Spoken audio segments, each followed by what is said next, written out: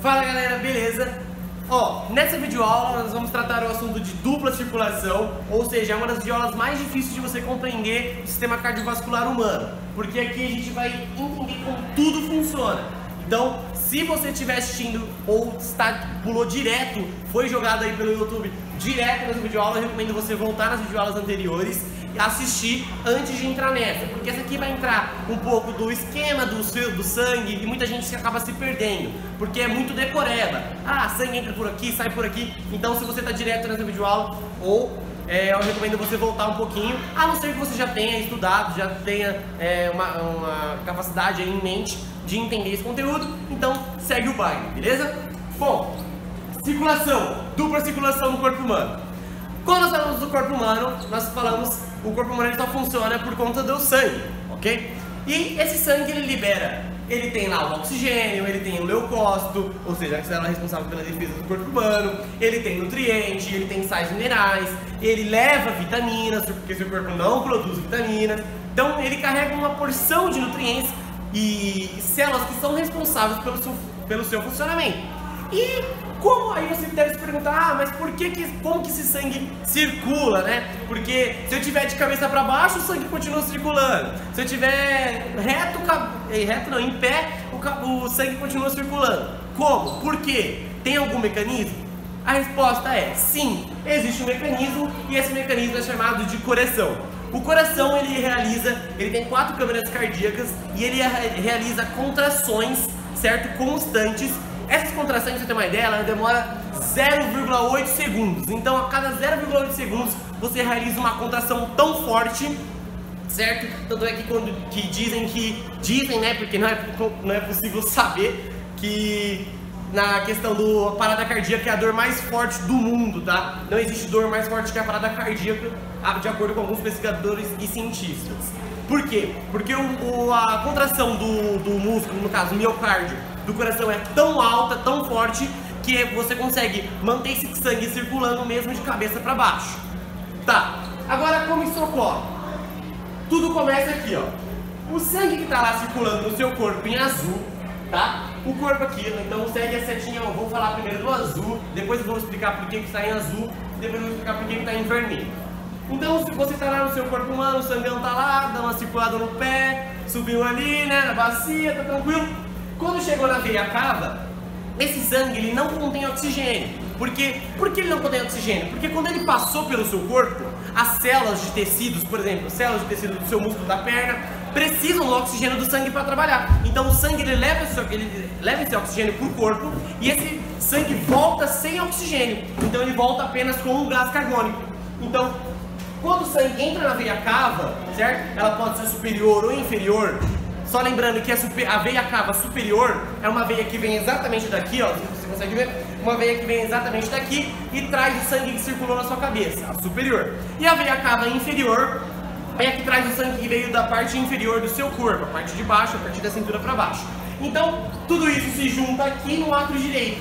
Então, quando o seu sangue entrou na veia cava, seja ela superior ou inferior, entrou pelo átrio. No átrio direito, esse sangue está sem oxigênio, passa para o ventrículo direito. Aí você está falando, mas como que é ventrículo direito se para mim está esquerdo? Pensa na questão do coração. O seu coração, se a gente analisar aqui, o lado direito é o lado de lá, o lado esquerdo é o lado de cá, beleza? Então, veio na veia cava, passou pelo átrio direito. Quando ele está no átrio direito, aqui a gente tem uma região chamada de nó atrioventricular. Esse nó atrioventricular abre, porque aqui a gente tem tipo como se fosse uma válvula. Essa válvula se mantém fechada e quando há uma contração, ela abre. Então, o sangue que entrou pelo lado direito caiu no ventrículo direito. No ventrículo direito, esse sangue sobe para a artéria pulmonar. E a artéria pulmonar, o engraçado é que ela se divide em dois ramos. Por que ela se divide em 2 ramos?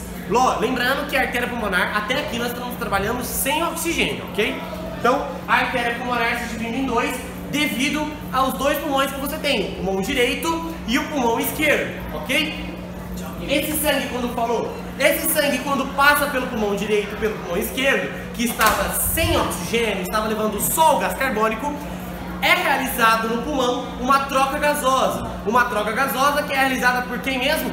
Capilares sanguíneos. Os capilares sanguíneos que são responsáveis pela troca gasosa de gás carbônico, nutrientes, excretas, oxigênio, passam aqui pelos capilares sanguíneos, há uma troca gasosa e esse sangue passa a conter oxigênio.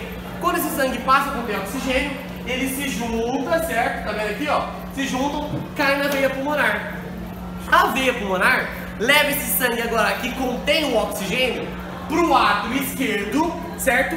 E no átrio esquerdo realiza uma outra circulação agora. No átrio esquerdo, abre lá o nódulo ventricular de novo, o sangue cai agora no ventrículo esquerdo. Do ventrículo esquerdo, esse sangue sobe, certo? Na artéria aorta aqui no caso. Essa artéria aorta, que agora o sangue contém oxigênio, distribui o sangue para todo o corpo. Então, ó, só fazendo um resumão, eu sei que tá complexo, mas ó, só para fazer um resumão. Não sei se você conseguiu perceber, mas toda a região em azul é aquela região em que circula o sangue sem oxigênio. E toda a região em vermelho, no nosso esquema, é toda aquela região em que circula o sangue com a presença do oxigênio, com a presença do O2. E eu tenho outra questão aqui que está em evidência, que você consegue perceber que o sangue ele entra no coração a partir das veias e sai pelo coração a partir das artérias. Toma cuidado com isso, hein? Artérias não levam sangue para o coração. Quem leva sangue para o coração são as veias. As artérias são responsáveis pela disseminação, por levar esse sangue para todo o corpo humano. Beleza?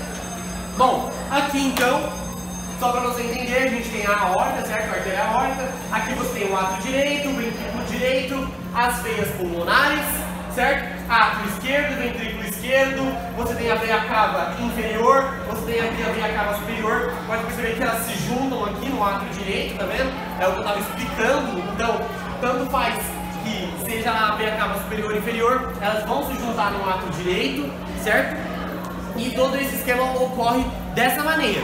Então, tenta prestar bem atenção, porque essa questão é bem complicada de você entender. Mas vamos lá. Passa aí. Ó, tipos de circulação sanguínea. Então, você viu que o sangue ele passa lá para os pulmões e depois passa para o corpo. Essa questão, nós conseguimos dividir a circulação sanguínea em dois tipos. E por isso ela é chamada de dupla circulação. Dupla circulação por quê? Dois tipos justamente porque ela pode ser chamada de circulação pulmonar ou ela pode ser chamada de circulação sistêmica.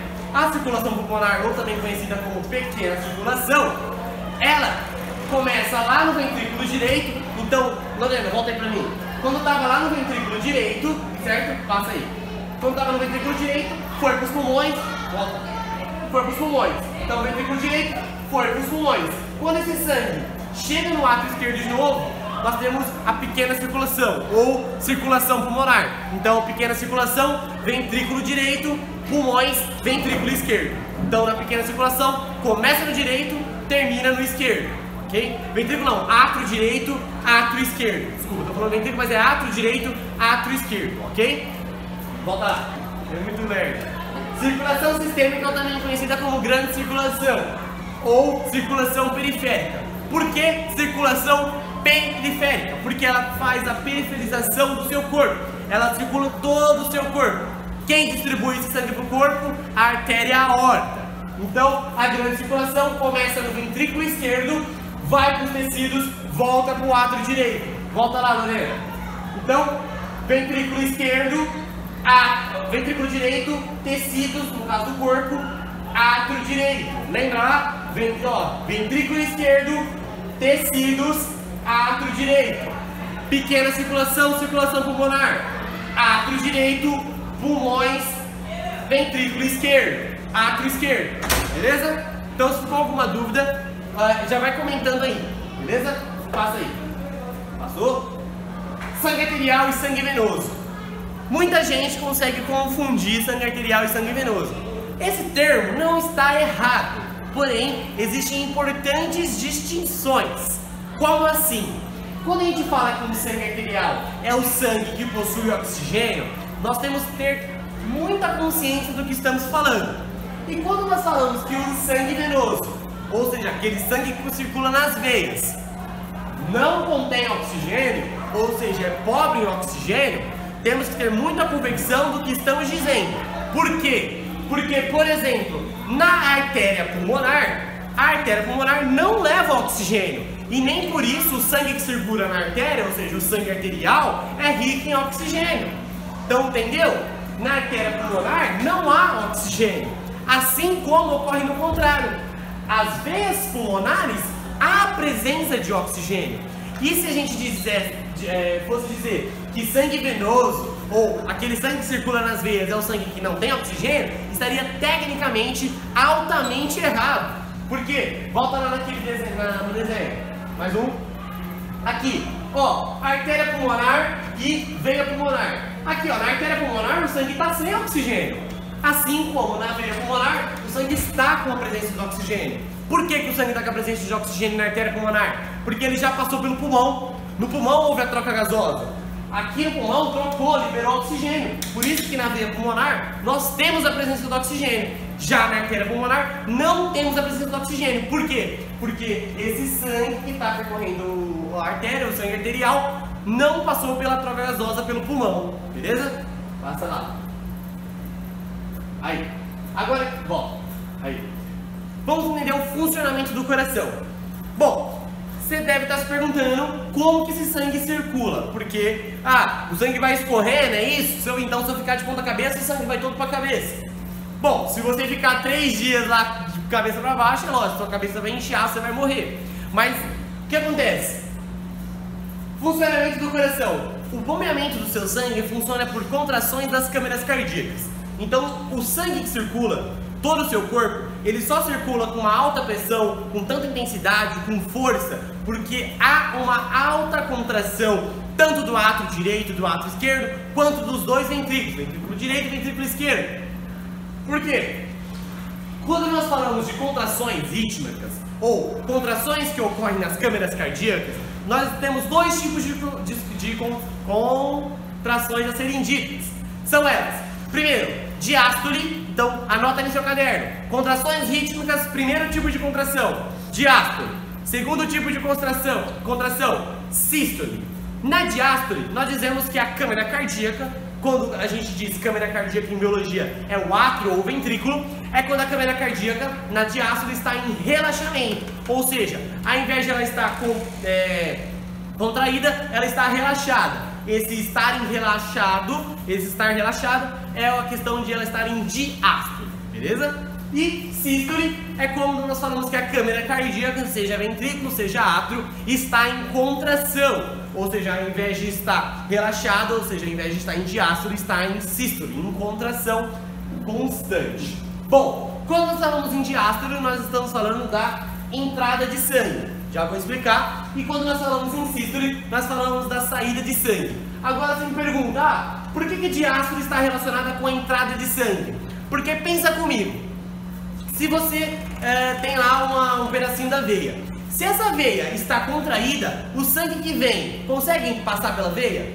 Ou, melhor, entrar na câmara cardíaca, seja átrio, seja ventrículo? Não. Então, toda vez que a gente tiver uma diástole, ou seja, que isso aqui estiver relaxado, há uma constante passagem do fluido, no caso o sangue, para as câmaras cardíacas. Então, a gente diz que a gente consegue associar que as diástoles estão associadas à entrada de sangue nas câmaras cardíacas.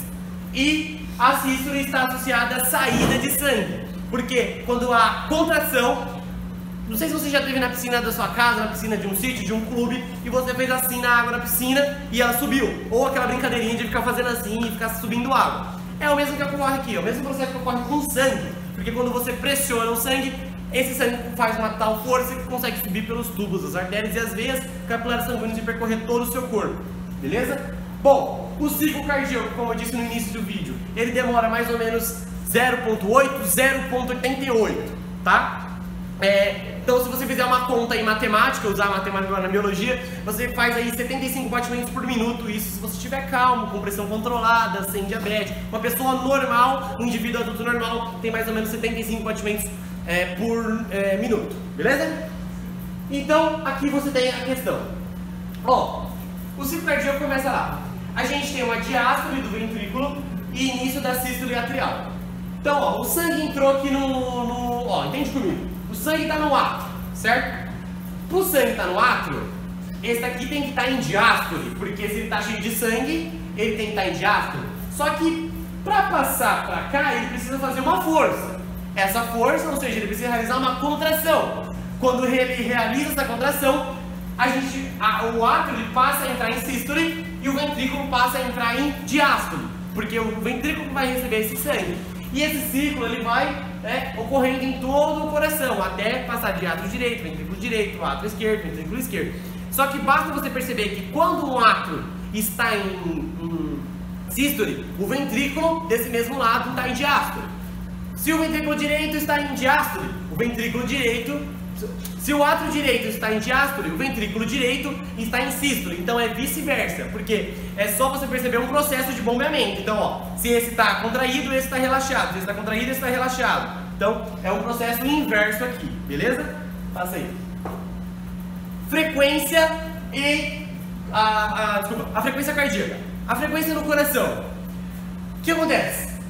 Todo mundo tem uma frequência, né, um ritmo de batimento por minuto, e esse batimento é medido geralmente lá quando você vai no médico, para medir sua pressão e todas aquelas paradas lá. Ou coloca eletrodo no seu corpo para fazer exame, não sei o que. Então, eles se baseiam aqui na frequência cardíaca. Então, frequência cardíaca, número de vezes que o coração se contrai por minuto. Por minuto, no caso aqui, seria a unidade de tempo, beleza? Bom, um coração normal, ele varia aí de 70 a 80, 85 batimentos por minuto. Lógico, esse batimento, essa frequência pode variar? Claro que pode. Se a pessoa for obesa, se a pessoa tiver já for idosa, se a pessoa for anêmica. Então a gente tem o coração ele bate conforme a necessidade do corpo humano. Se o corpo humano ele é estável, a média é 70 a 80 batimentos por minuto. Se ele tiver alguma variação, aí vai depender de cada corpo humano, de cada indivíduo, beleza? Agora, quando nós estamos durante o sono, isso cai geralmente quase pela metade. 35, 45, 35, 50 batimentos por minuto, porque o seu corpo está relaxado, o seu corpo não precisa de tanto sangue, você não está realizando nenhum tipo de atividade, porque quando você está andando, o seu corpo já está gastando uma energia acima do normal. Agora, quando você está em sono, o que gasta energia é só para manter as suas atividades metabólicas funcionando, principalmente o seu sistema digestório. Então o seu coração precisa continuar bombeando esse sangue, só que, como disse, numa necessidade menor. Então por isso que cai quase pela metade. E durante o exercício físico, não sei se você já foi numa esteira lá, a esteira geralmente tem um pegador que você coloca a sua mão, ela mede lá o batimento a partir da sua artéria. No exercício físico, dependendo da intensidade, lógico, depende da intensidade do exercício físico. Se você for andar, seu batimento não vai passar 200 batimentos por minuto. Lógico que não. Mas se você colocar num batimento, por exemplo, de um jogador de futebol. Um jogador de futebol, o seu coração ali, quando ele está correndo, bate em média 195, 188 por minuto. Alguns chegam a ultrapassar 205, 210. Aí o cara, ô louco, mas o coração não vai ter infarto, não? Não! Porque o coração do jogador de futebol já está apropriado para aquela necessidade do corpo. Então, como eu disse, o coração ele bate de acordo com a necessidade do indivíduo. Se ele tem anemia, se ele tem diabetes, se ele tem pressão alta, então tudo isso varia, beleza? O grau de atividade física, então se ele é aquele cara que pratica atividade física 4 vezes por semana, se é aquele cara que pratica atividade física 1 vez por semana, ou se é aquele cara que não pratica atividade física, tem diabetes, tem pressão alta, aí o cara tá lascadaço. Deve tomar remédio pra caramba. Bom, próximo. Ó, continuando aqui na frequência cardíaca, o que nós temos? A frequência cardíaca, ela é controlada por uma região do coração. Essa região do coração também é chamada como marca-passo. E geralmente as vós aí, né, as tias mais velhas já colocam o marca-passo no coração justamente por conta disso. O coração começa a ficar fraco, né? O músculo começa a ficar muito fraco e o marca-passo não consegue bater de acordo com a necessidade do corpo. E aí a sua tia, e geralmente pessoas de idade, não todas, é óbvio que nem todas, mas geralmente há uma tendência de pessoas de idade a colocarem em cirurgias cardíacas o marca-passo para manter a frequência cardíaca, ou seja, para bater de acordo com a necessidade do corpo da pessoa. Então, o que acontece? São controladas pela região aqui do marca-passo. Então o marca-passo, essa regiãozinha aqui, tá vendo? Essa região controla a frequência cardíaca. Como que acontece? Há uma emissão de sinal elétrico para os átrios. Então, lembra que eu falei que o coração ele tem músculo? Os músculos recebem esse sinal elétrico começa nos átrios.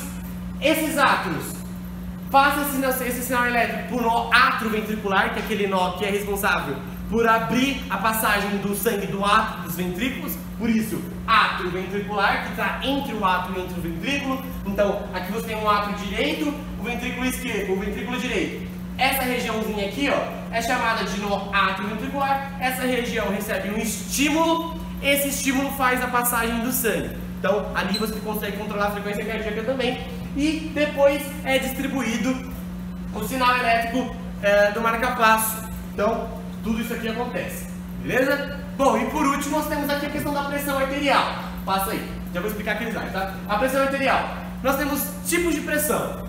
Uma pressão máxima e uma pressão mínima. Pressão máxima, quando o coração se contrai. Então, quando o coração se contrai, nós falamos de uma pressão máxima, ou também chamada de pressão sistólica. Lembra que sístole é a contração, por isso que é chamada de sistólica. Ou pressão mínima, chamada de diastólica, quando o coração se relaxa. Então, aqui, essa é a questão do diástole, de relaxar, de se contrair. Isso vai caracterizar a sua pressão arterial.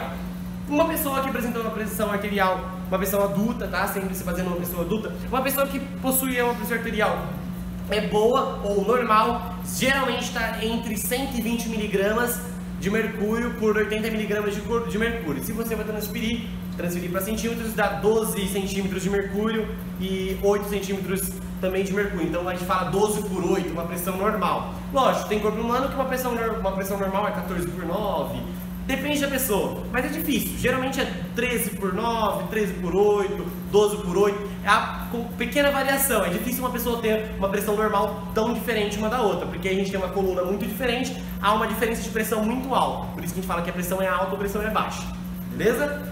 Bom, um valor ótimo de pressão arterial, como eu disse, de 12 por 8 ou 120 miligramas e 80 miligramas. Por que o mercúrio? Porque o mercúrio é aquele, quando o médico coloca lá o medidor de pressão, lá dentro do medidor de pressão a gente tem uma substância, o mercúrio, e o mercúrio ele é a substância utilizada aqui para medir a sua pressão, por isso tem o Hg, que é o símbolo químico na química aí do mercúrio, beleza? Volta um aí.